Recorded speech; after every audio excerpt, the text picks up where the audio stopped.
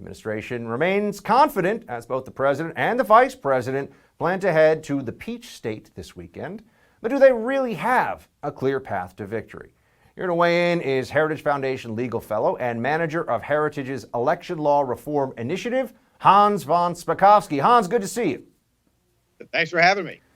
Let's start with Georgia, Hans. What's really going on here? We got signatures that aren't being matched. We've got multiple challenges, a certified vote. What's happening?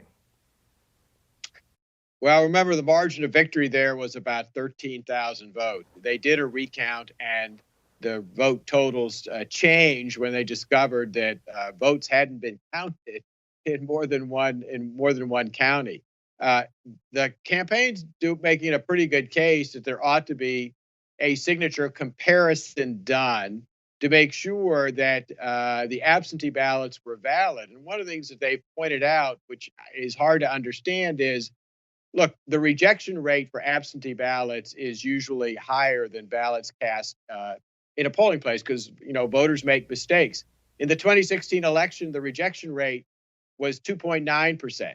In this election, it was only 0.34%.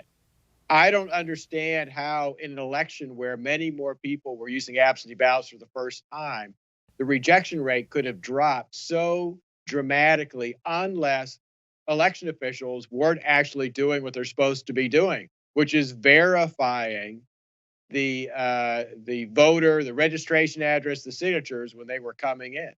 Is there any explanation that has even been offered up for what seems to be yet again another, just based on the numbers, highly suspicious situation?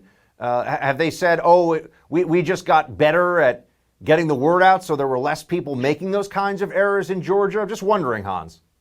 No, I haven't seen any explanation for this. And like I said, actually you would think the rejection rate would go up when people are for the first time voting through absentee ballot. And that was clearly the case here because there was a huge increase in the number of people voting through the mail.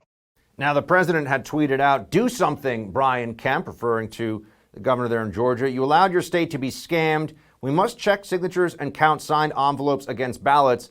Then call off election. It won't be needed. We will all win." What's the tension here between what the president's saying and what's going on? Is Governor Kemp in a position to do something about this? I think everyone's looking at this, Hans, not just for the presidential election, but also because we have these Senate runoffs coming up. Yeah, no, it's the Secretary of State under Georgia law that's got the authority to do an audit, to relook at the signatures, to do all the things that the campaign is trying to get them to do. I don't think Georgia law allows the governor to override the Secretary of State. So really, it's the Secretary of State who can make this decision, not Governor Kemp. And so why is there any reason why the Secretary of State wouldn't allow the audit? I don't know. I would think, given all of the claims that have been made and some of the funny numbers, like I said, the rejection rate dropping so much, I would think you would want to do an audit, particularly of some of the really big counties like Fulton County, Gwinnett County, Cobb County, which are the counties that surround the Atlanta area. Hans, also want to ask you about the Attorney General put out a statement today. To date, we have not seen fraud on a scale that could have affected a different outcome in the election.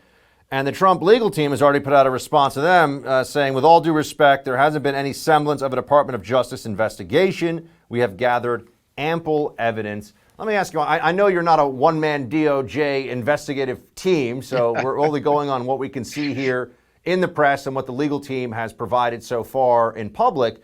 But Hans, what aspect of what we've seen so far for this election do you think is most troubling and there's, for lack of a better way of putting it, the most meat on the bone when we're talking about fraud?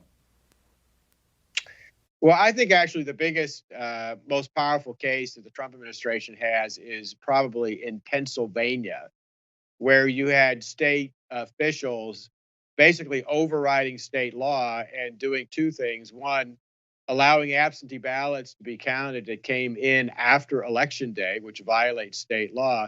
And second, giving a cure period, a cure process to voters so that they could come in and fix defective ballots where, for example, they didn't sign it, when again, state law doesn't allow that to happen. And that, I think both of those are very problematic changes in the rules that they weren't authorized to make.